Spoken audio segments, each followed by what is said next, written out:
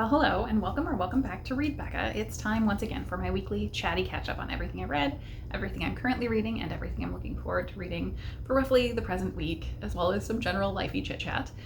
This week, I finished one thing that I can talk about and one thing I can't talk about.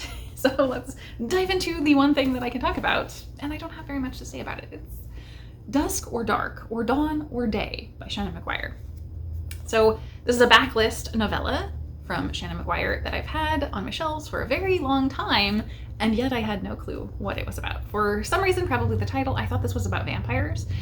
It is not. I also was confused about why she published it as Seanan McGuire rather than Mara Grant, because most of her horror is as Mara Grant, and I was assuming vampires, this is horror, right?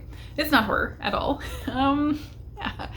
So I also went into this hoping, because I don't typically buy a lot of horror or thrillers or things like that I get from the library, because I'm probably only going to read it once. And so I was trying to not turn to the library for things for this month as much. And you will see, I have plenty of stuff from the library. But so I turned to my own shelves for Don't Die July, hoping I could find something that was kind of horror-y. And I found this and one other thing, and I turned to this one, not horror-y at all. So this was a complete multi-pronged failure in every aspect, but I read a book that's been on my TBR for a very, very long time. So that was a success.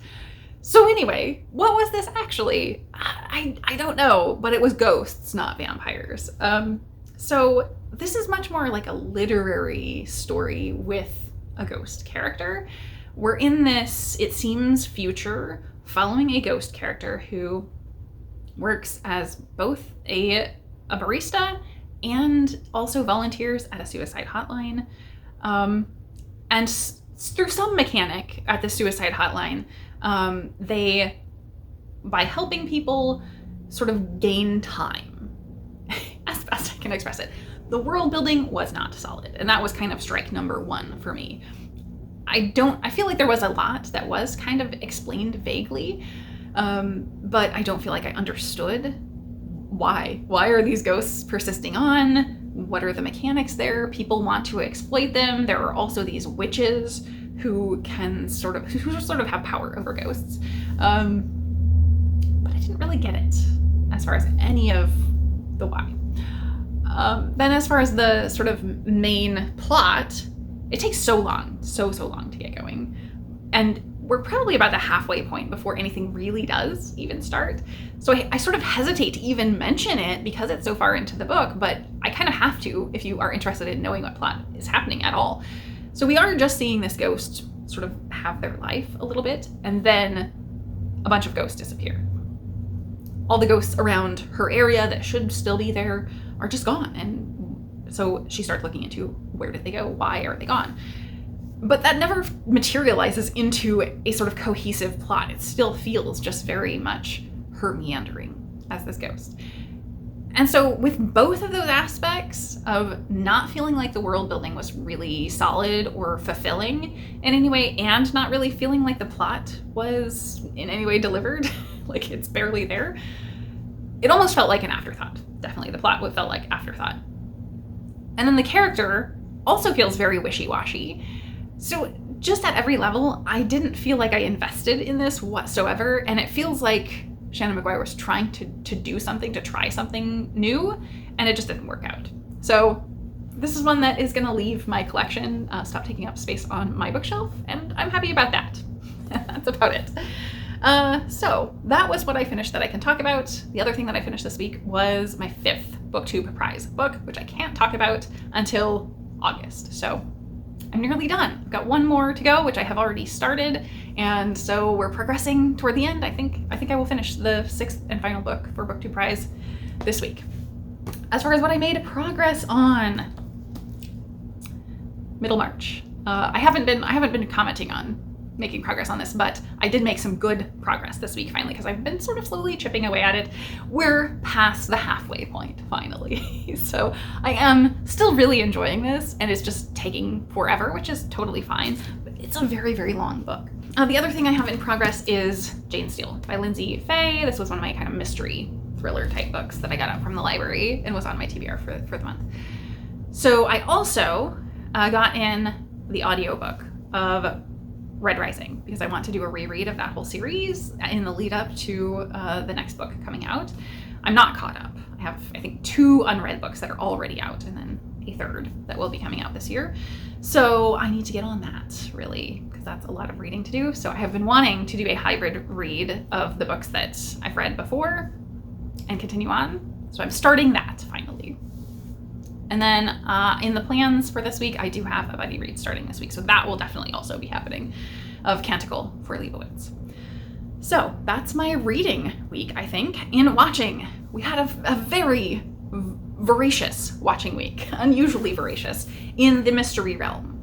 So with my TBR, I had brought up that Don't Die July and Private Eye July very much inspired me toward murder. So that's the theme, again, of this week in watching. So I rewatched the first 2 of the newer Agatha Christie adaptations, Murder on the Nile and Murder on the Orient Express. I had seen those before and enjoyed both of them the first time, enjoyed them both the second time, though, or I have actually rewatched Murder on the Orient Express like earlier this year, I think, or maybe late last year. Not too long ago I watched it and I enjoyed it. I enjoyed Murder on the Nile, I think, less on the rewatch. And then Haunting in Venice. Haunting in Venice. What happened? It was so bad. Just at every level was so badly done. It feels like the writing was very stilted and wooden. The performances were terrible. Even Tina Fey, who I normally love, and the character that she's playing should have been so perfect for her, was just bad. Even Kenneth Branagh, who again also I love and can do no wrong basically, just felt off. Everything about this film was not good. So that put a damper on this series for me, certainly, because I have enjoyed the previous 2. So that was it for the Agatha Christie's. I was kind of hoping to watch the older adaptations of the first 2, and I didn't get around to those. So I do want to sometime soon. So then I had much more success with a different film, and that was Inheritance. This is a Polish film on Netflix, and it has very like Knives Out vibes, big time. So if you enjoyed Knives Out, you should totally check this one out. Really fun time. It is a family getting pulled together to the patriarch's mansion in the snow, of course, because it's going to become an isolated closed circle murder mystery. And they all haven't seen each other or the patriarch of the family in a long time. He ran a game show and was very famous for that, and is sort of a games-minded person. And so they are all brought there to sort of play out this game to execute his will, more or less. And it's hard to talk about because it is a mystery, and there are sort of multiple twists and turns that I don't want to spoil, definitely. But it really has this aspect of what's a game and what's real, what is really happening throughout, while also having this great conflict and humor between the different people. And there are some very real conflicts, like the parents of the one family that have kids. They are like considering getting divorced, and that's very much happening in the moment with them. They've been trying to figure out how to tell the kids and all of that. So like there is some serious deeper stuff while also being like a little goofy. And it's visually very, very stunning because this mansion house has been set up like to be really elaborate and have lots of like secret passageways, and the way that they shot those things was really cool. So like divided walls and stuff where people are sneaking around through these secret passageways. Like it's very cool. So I enjoyed it on pretty much every level, to the counter of the previous one. This was a great top-notch film. And then I was sort of looking around thinking I had all these mysteries to watch, movies, and realized that most of them were not actually movies. Most of them were actually series.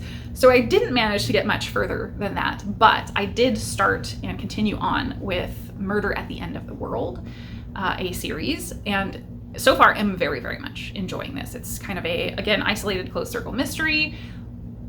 It's with a sci-fi element, I would say. A slight near future sci-fi. So those are my voracious watching, and mostly enjoyable, other than Haunting in Venice, which I think was ill-advised for me even to try because everyone has panned it so much.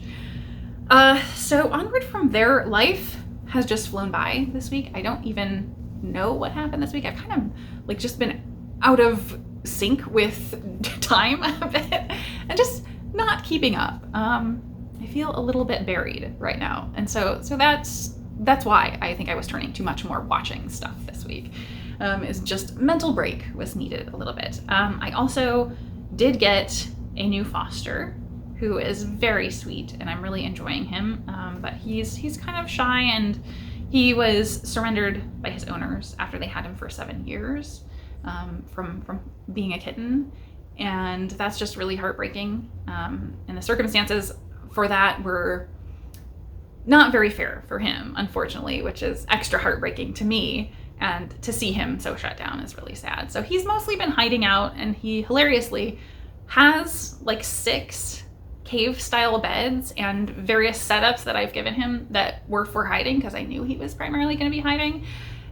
And instead of using any of those, he has decided that his spot is between the blanket and chair, the blanket being a blanket I have covering the chair in the room so that it doesn't get cat hair all over it when I have fosters in there.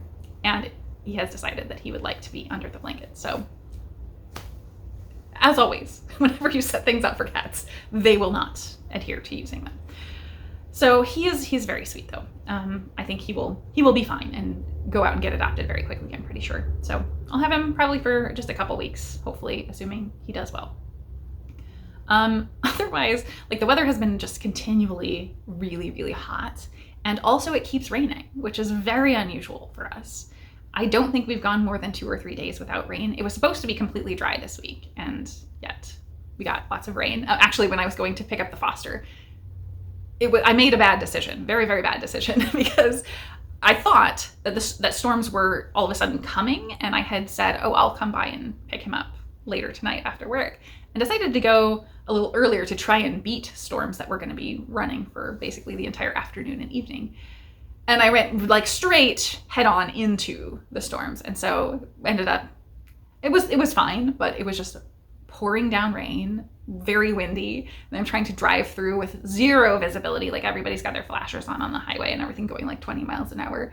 And so it was a very slow trip to go pick him up. And fortunately, I got a little bit of a decrease in the rain in order to carry him out so he didn't get all wet. But yeah, it was ill-advised and a little unexpected that it came on so suddenly. So that's kind of been intermittent every couple days here, which is very, very weird. And I think my skin, I can't tell if it's like hormonal because I'm going through hormonal changes due to medication that I'm on, or if it's due to the weather, but like my skin somehow is both too dry and too oily, which I've never experienced before. I normally have been a very lucky person to have pretty good skin and have not had a lot of breakouts or skin inconsistencies. And now I'm seeing the other side of having to deal with like weird skin issues and needing to clean my face a lot more than I usually do. And yeah, it's been very, very odd to deal with. Yeah, so anyway, that's super exciting, I'm sure. I think that is all for me today. My one recommendation for the week I have is a not new, but very, very small booktuber who I don't understand how this booktuber is such a small channel, less than 100 subscribers and has been around for quite some time, is just a really great presenter and reads very widely. So again, I don't understand it. You should definitely go check out Book Nook Librarian. The latest video that I saw from this channel was talking through a middle grade book with a crossword puzzle created to go along with the reading experience. And I love that idea. It's great. I mean, specifically this was for education, but I think that is a really smart, fun idea. If you're doing even like a book club, I could see doing something like that. So pretty nifty and innovative. So definitely go check out Book Nook Librarian. So with that is it for me for this week. A bit rambly, less about the books definitely today, but I think that's all. So I will leave you with my wish for you that you have a wonderful week in reading and in life. And thank you so very much for watching.